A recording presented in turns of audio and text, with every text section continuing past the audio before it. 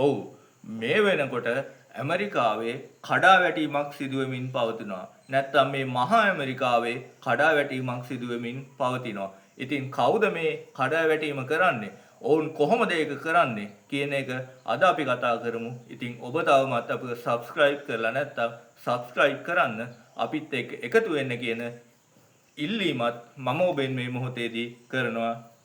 ඉතින් අපි කතා කරමු මොකද්ද මේ ඇමරිකාවේ සිදුවෙමින් තිබෙන කඩාවැටීම කවුද කොහොමද ඒක කරන්නේ කියලා. ඔව් ඔබ හිතනවා ඇති මේ ඇමරිකාවේ කඩාවැටීම පිටිපස්සේ ඉන්නේ එක්කෝ රුසියාව නැත්නම් චීනය නැත්නම් ඉරානයද කියලා ඔබේ අදහසක් ඇති කුමක් හෝ.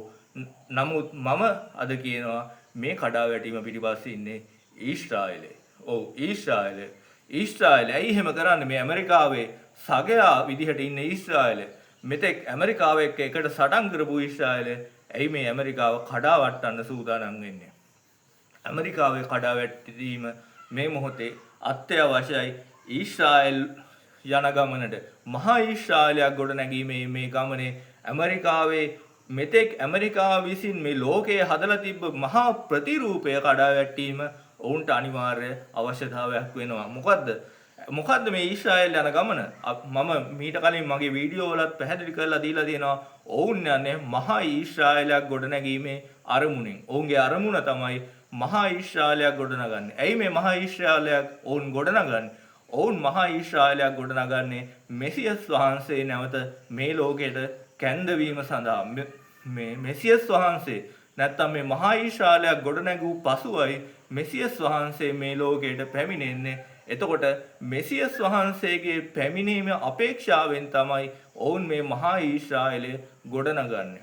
එතකොට දැන් මෙසියස් වහන්සේ මේ ලෝකයට ආවයින් පස්සේ මේ ලෝකයේ සියලුම ජනතාව, ලෝකවාසී සියලුම ජනතාව තමුන්ගේ නායකයා විදිහට මෙසියස් වහන්සේව පිළිගත යුතුයි. එසේ මෙසියස් වහන්සේව තමුන්ගේ නායකයා විදිහට පිළිගන්න නම් ලෝකයේ ජනතාවට අනිකුත් ජනාදරයට පාත්‍ර වී සිටින නායකයන් නැත්නම් ඒ පද්ධති සියල්ල ඒ වන විට බිඳ වැටි තිබිය යුතුයි. එසේ බිඳ වැටි තිබියදී මිනිසුන් නායකත්වයක් නැත්නම් සැලසුමක් ක්‍රමයක් හොයමින් සිටින වකවානුවක තමයි මේ මහා ඊශ්‍රායලය ගොඩනගා මෙසියස් ඔවුන් කැඳවන්නේ. එතකොට මුළු ලෝක ජනයා තමුන්ගේ දැන් නායකයෙක් නැතිව නායකයෙක් හොයන ලෝක ජනයා මෙසියස් තමුන්ගේ නායකයා විදිහට පිළිගැන්වීම තමයි මේ ඊශ්‍රායලයේ සැලසුම. ඒක තමයි මේ ඔවුන් යන ගමනේ සැලසුම. එතකොට දැන් ඇමරිකාව මහා ඇමරිකාවක් විදිහට ඔබට මතක ඇති පසුගිය කාලවල වල ඇමරිකාව ගැන ලෝකයේ තිබ්බ චිත්‍රය කොහොමද කියලා. ඔවුන් දශක ගණනක් ඉදිරියට සැලසුම් හදන රටක්. ඔවුන් යුද්ධයකට ගියත් ඒක ඇනලයිස් කරලා ජයග්‍රහණය 100%ක්ම අතේ ඇතුව ඔවුන් ජයග්‍රහණය අතේ තියාගෙන යුද්ධ කරන රටක්. මෙන්න මේ විදිහට මහා චිත්‍රයක් තමයි ඇමරිකාව ගැන මේ ලෝකයේ ගොඩනැගී තිබේ පසුගිය දශක ගණනාවක් තිස්සේ. නමුත් මේ ඩොනල්ඩ් ට්‍රම්ප්ගේ පත්වීම එක්කලා ඔහු කරන මේ විකාර රූපී වැඩත් එක්කලා දැන් අර ඇමරිකාවේ මහා චිත්‍රය ටිකෙන් ටික බොඳ වෙන්නට පටන් අරගෙන තියෙනවා. මේ වෙද්දී ඇමරිකාව තුලත් ඒ පරිපාලනය විකාර රූපී භාවයක් දැන් ලෝකයට දිස් වෙන්න පටන් අරගෙන තියෙනවා. එතකොට මේ අර ඇමරිකාවේ පරිපාලනය කඩාවැටීම අන්න ඒ තුලින් ඇමරිකානු ජනයා මේ තමුන්ගේ නායකත්වය කෙරෙහි මේ පරිපාලනය කෙරෙහි කලකිරි.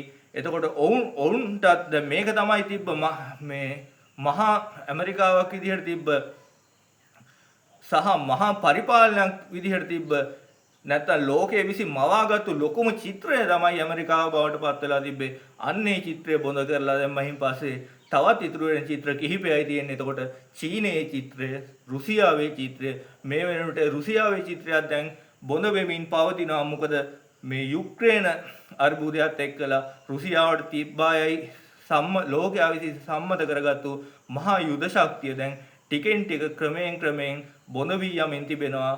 මෙන්න මේ යුක්‍රේන අර්බුදයත් එක්කලා. එතකොට මේ රුසියාවේ චිත්‍රයක් දැන් යම් කිසි විදිහකින් බොඳ වෙමින් පවතිනවා. දැන් ඔවුන්ගේ ඉලක්කය චීනය ඒත් එක්කම දැන් මහා නායකයෙක් විදිහට දැන් ඔවුන්ගේ අවශ්‍යතාවය තමයි දැන් මේ මහා නායකයින් ලෝකේ ඉවත් කර දැමීම. ලෝකයේ මහානායකයින් ඉවත් කර දැමුවයින් පසු ඔවුන්ට රිසිසේ හසුරුවාගත හැකි අත්දැකීම් රහිත නායකයින් පත් කරනවා. එතකොට ඔවුන්ගේ පාලනය අවුල් වියවුල් සහගත කිරීම ඊශ්‍රායලයට පහසුයි, මොසාඩ් එකට පහසුයි. එතකොට ඒ අවුල් වියවුල් ඇති කරමින් මේ රටවල් අරාජිකත්වයට ගෙන යමින් අවසානයේදී මේ සියල්ලෝම නායකයෙක් නැති තැනටපත් කිරීම තමයි මොවුන්ගේ සැලසුම. එතකොට ඒ වෙද්දි දැන් අපි දන්නවා මේකේ ඊළඟ ගොදුරක් බවට පත් වෙන්න නියමිතයි ඉන්දියාවේ නරේන්ද්‍ර මෝදි. දැන් නරේන්ද්‍ර මෝදි ඒ හින්දා තමයි දැන් මේ ඊශ්‍රායලයත් එක්ක දැන් සමීප සම්බන්ධතා ගොඩනගා ගන්නට උත්සාහ කළේ. නමුත් ඒ නරේන්ද්‍ර මෝදි දේශපාලනයේ දැන් ජනකාන්ත නායකයෙක් විදිහට ඉන්නවා. එතකොට ඔවුන්ගේ මහා නායකයෙක් විදිහට දැන් ඉන්දියාව මෝදිව පිළි අරගෙන ඉන්නවා. එතකොට මෝදිවත් අයින් කරන්න ඕනේ. ඒත් එකම ෂී ජින්පින් නැත්තම් ඒ කොමියුනිස්ට් පාලනයත් අයින් කරන්න ඕනේ. මෙන්න මේ සියල්ල අයින් කර දැමුවයින් පසුව ලෝකයේ අවුල් වියවුල් සාගත තත්වයකට පත් වුණායින් පසුව තමයි අර ඊශ්‍රායලයේ සිහිනයට යන්න පුළුවන් වෙන්නේ. මේකට ඔප්පු කළ හැකි හේතු කාරණා කීපයක් මම ඔබට ගෙන හැරපාන්නම්. ඔබට මතක නම් බංගලාදේශයට මොකද වුනේ කියලා. එවකට හිටපු අගමැතිනිය මහා පාලනයක් විදිහට ජනතාවගේ ආදරය දිනාගත්තු පාලිකාවක් විදිහට බංගලාදේශ පාලනය කරමින් හිටියා. නමුත් අරගලයක් ඇති වුණා. අරගලයක් එක්කලා ඊට පස්සේ රටේ ඇති වුණා වියවුල් සාගත තත්ත්වයක්. නව අත්දැකීම් රහිත නායකයෙක් බංගලාදේශයේ විශාල ජනවරමක් සහිතව පත් වුණා. ඒ දෙයම තමයි සිද්ධ වුණේ නේපාලයේ අත්දැකීම් රහිත නායකයෙක් විශාල ජනවරමක් සහිතව පත් වුණා. ශ්‍රී ලංකාවෙත් ඒ තත්ත්වය ඇති වුණා. මෙන්න මේ විදිහට විශේෂයෙන්ම මේ ආසියානුකරයේ දැන් මේ තත්ත්වය ව්‍යාප්ත වෙමින් තිබෙනවා. මොකද ඒකේ අරමුණ දැන් චීනයේ තියෙන්නේ මේ කලාපේ, ඉන්දියාව තියෙන්නේ මේ කලාපේ. ඉතින් මෙන්න මේ රටවල් වැටීමට අවශ්‍යයි නම් අනිවාර්යයෙන් මේ කුඩා රටවල් ඉස්සල්ලා අල්ල ගන්න ඕනේ. ඒව අරාජිකත්වයට පත් කරලා අවසානයේදී අර මහා රටවල් දෙකත් වැටුවයින් පස්සේ එතකොට ආසියාවම අරාජිකත්වයකට පත් වෙනවා. අවසානයේදී ඔවුන්ට අභියෝගයක් ලෙස ඉදිරියවන්නේ පුටින් විතරයි. ඉතින් ඔහුවත් කෙසේ හෝ ඉවත් කර දැමීමෙන් පසුව ලෝකේම අරාජිකත්වයට යනවා. අන්න ඒක එකක් විදිහට තමයි ඔවුන් ආධ්‍යාත්මික නායක අයතුල්ලා අල් කාමෙනීව ඝාතනය කරන්නේ. අයතුල්ලා අල් කාමෙනී ෂියා මුස්ලිම් වරුන්ගේ නායකයා විදිහට හිටියා. මහා ප්‍රතාපවත් චරිතයක් විදිහට ගොඩ නැගිලා තිබ්බා. අන්නේ ප්‍රතාපවත් චරිතය අයින් කරලා එතකොට ඇමරිකාවේ තියෙන ප්‍රතාපවත් භාවයත් අයින් කරලා මෙන්න මේ විදිහට සිස්ටම් ගොඩ නැගිලා තිබ්බ සිස්ටම් නැත්තම් පද්ධති කඩා බිඳ දානවා. මහායයි සම්මත පද්ධති කඩා බිඳ දානවා. මහායයි සම්මත නායකයන් අයින් කරලා දානවා. මෙන්න මෙහෙම ගමනක තමයි දැන් ඊශ්‍රායලය යෙදමින් සිටින්නේ. ඔවුන්ගේ මේ සිහිනේ ඊශ්‍රායලය ගොඩනගා මෙසියස් වහන්සේ ඔවුන්ගේ නායකයා විදිහට කැඳවා ඔහු ලෝක නායකයා විදිහට දැක්වීමේ යට යන ගමනේ එක් සැලසුම් තමයි මේ ක්‍රියාත්මක වෙමින් තිබෙන්නේ කියන එක මම ඔබට කියන්න කැමතියි. ස්තුතියි.